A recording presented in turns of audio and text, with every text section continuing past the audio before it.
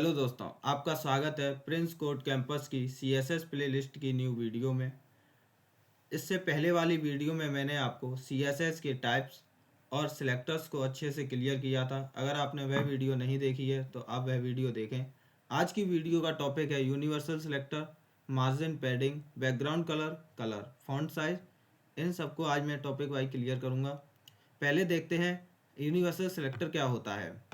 Universal selector एक ऐसा selector होता है जो वेब पेज के सारे HTML एलिमेंट्स को एक साथ सिलेक्ट करता है। ब्राउज़र के डिफ़ॉल्ट मार्जिन और पैडिंग को रीसेट करने के लिए इसका सबसे ज़्यादा इस्तेमाल किया जाता है। इसे लिखने के लिए हम स्टार, कर्ली ब्रेसेस और फिर अपने इसके अंदर अपनी वैल्यूज़ को देते हैं।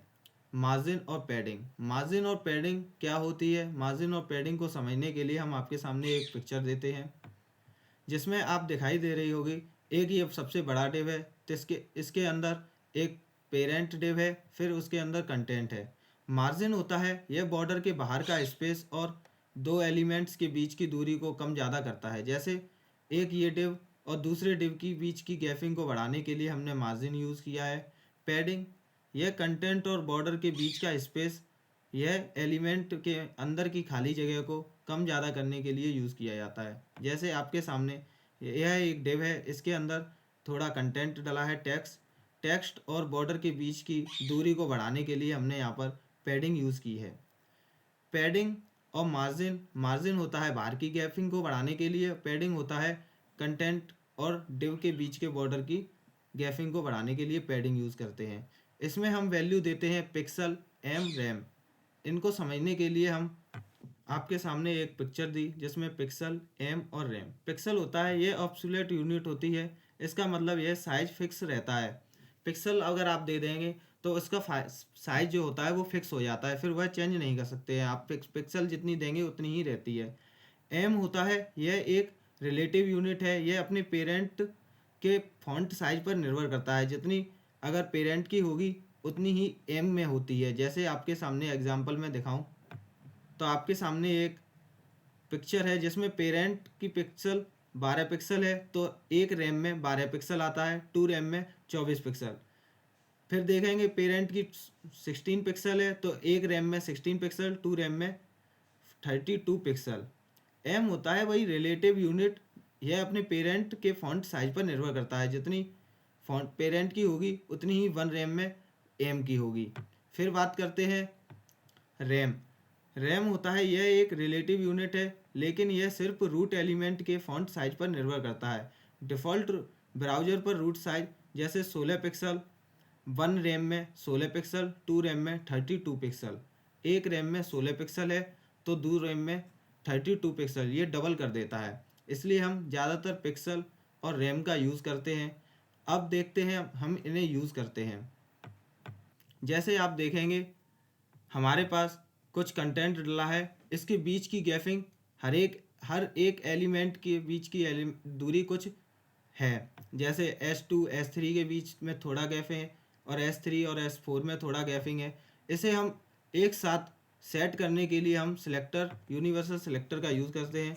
जैसे स्टार, कर्ली ब्रेसेस लगाकर हमने यहाँ पर मार्जिन दिया 0 पिक्सल। इसे सेव करेंगे तो आप देखेंगे इनके बीच की दूरी कम हो गई है, बिल्कुल ख़त्म हो चुकी है सारे एलिमेंट्स को। पैडिंग देंगे तो आप देखेंगे बीच में जो डिव के अंदर की जो कंटेंट है उनकी गैपिंग कम हो जाएगी। यहाँ पर हम पैडिंग देते हैं 0 पिक्सल। इसे सेव करेंगे तो देखेंगे अभी कोई ज़्यादा अंतर नहीं आया है, क्योंकि इनके डिव और कंटेंट के बीच कोई ज़्यादा गैपिंग नहीं है, इसलिए अभी कुछ ज़्यादा फ़र्क नहीं दिखा है। आपको अच्छे से समझाने के लिए हम पूरा पेज को क्लियर करते हैं और एक डिव क्रिएट करते हैं। यहाँ पर आप देखेंगे हमने एक डिव क्रिएट की जिसमें हमने एक पैराग्राफ लेकर थोड़ा सा कंटेंट डाला। इसकी हम थोड़ी सी CSS करते हैं। जैसे पहले हमने क्लास दिया, क्लास में अपना नेम दिया फर्स्ट डिव। क्लास को लिखने के लिए हमने बताया था कल, डॉट लगाते हैं, फिर अपने क्लास का नेम लिखते हैं, कर्ली ब्रेसेस लगाते हैं, फिर अपनी प्रॉपर्टीज़ देते हैं। यहाँ पर देखेंगे हम अगर हम कंटेंट के पीछे का कलर चेंज करना चाहते हैं तो हम प्रॉपर्टी यूज़ करते हैं बैकग्राउंड कलर की। हम बैकग्राउंड कलर देते हैं जैसे येलो, और फ़ॉन्ट के कलर को चेंज करना है तो हम प्रॉपर्टी यूज़ करते हैं कलर। कलर का यूज़ करेंगे तो जैसे हम कलर में देते हैं रेड और इसे सेव करते हैं तो आप देखते हैं बैकग्राउंड कलर येलो और कलर का फ़ॉन्ट कलर चेंज हो गया है रेड। अगर आप चाहते हैं इस डिव के बाहर की थोड़ी गैपिंग हो जाए, जैसे टॉप से हमें थोड़ा गैप मिल जाए, तो हम यूज़ करेंगे मार्जिन टॉप। यहाँ पर मार्जिन टॉप वैल्यू लेंगे और यहाँ पर देते हैं जैसे 20 पिक्सल। इसे सेव करते हैं तो आप देखेंगे डिव के बाहर की थोड़ी स्पेसिंग टॉप में आ चुकी है। ये मार्जिन टॉप लगा दी। अगर आप चाहते हैं हमें लेफ़्ट से भी थोड़ी गैपिंग चाहिए तो हम मार्जिन लेफ़्ट लगा सकते हैं। मार्जिन लेफ़्ट लेने के लिए हम मार्जिन डैश लेफ़्ट लेते हैं, फिर अपनी वैल्यू देते हैं जैसे 20 पिक्सल। इसे सेव करेंगे तो आप देखेंगे थोड़ा गैप लेफ़्ट से भी आ गया। अगर आप राइट से चाहते हैं ऐसे ही हम राइट से लगाने के लिए मार्जिन डैश राइट का यूज़ करते हैं और अपनी वैल्यू देते हैं 20 पिक्सल। तो देखेंगे आप राइट से भी थोड़ी गैपिंग डिव को मिल चुकी है। अगर हम बॉटम से देना चाहेंगे तो यहाँ पर हम बॉटम से भी दे सकते हैं, लेकिन आपको यहाँ पर पता नहीं लगेगा क्योंकि नीचे अभी कोई कंटेंट नहीं है। अगर हम ये प्रॉपर्टी बार बार लिख रहे हैं जैसे margin top, margin left, margin right, अगर हम इसे एक लाइन में लिखना चाहते हैं तो जैसे हम इसे कमेंट करेंगे, एक लाइन में लिखने के लिए हम मार्जिन लिखते हैं अकेला मार्जिन और इसमें हम पहले वैल्यू देते हैं। तो पहली वैल्यू होती है टॉप के लिए,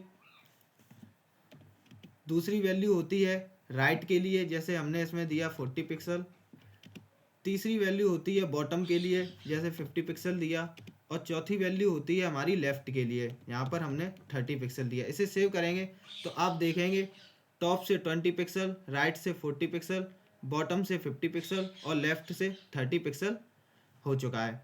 अगर आप चाहते हैं कि हमारी डिव के अंदर कंटेंट और डिव के बीच में गैपिंग आ जाए तो हम यूज़ करते हैं पैडिंग।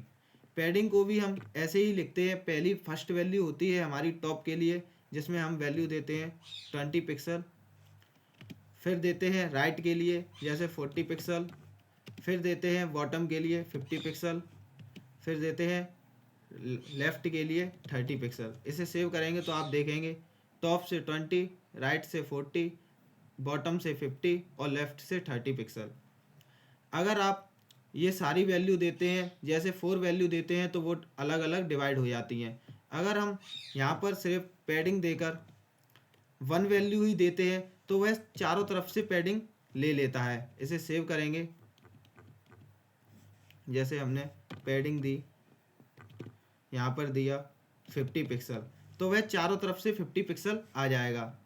आप देखेंगे ये ओवरफ्लो कर जाता है। जैसे हमने पैडिंग के बाद फिर से पैडिंग दी तो वह उसने पिछली वाली पैडिंग को ओवरफ्लो कर कर अपनी दूसरी पैडिंग दे दी 50 पिक्सल चारों तरफ से, ऊपर से टॉप से भी 50, लेफ़्ट से भी 50, राइट से भी और बॉटम से भी 50-50 दे दी। अब देखते हैं जैसे हम चाहते हैं फ़ॉन्ट का साइज़ चेंज करना चाहते हैं तो फ़ॉन्ट के साइज़ के लिए हम प्रॉपर्टी यूज़ करते हैं फ़ॉन्ट साइज़ और इसमें हम वैल्यू देते हैं जैसे 30 पिक्सल। इसे सेव करेंगे तो आप देखेंगे हमारे फ़ॉन्ट का साइज़ चेंज हो गया। ऐसे ही हम background colour, font size, margin, padding का यूज़ करते हैं। अगर आपको यह वीडियो अच्छी लगी है तो मेरे वीडियो को लाइक करें और ज़्यादा से ज़्यादा शेयर करें।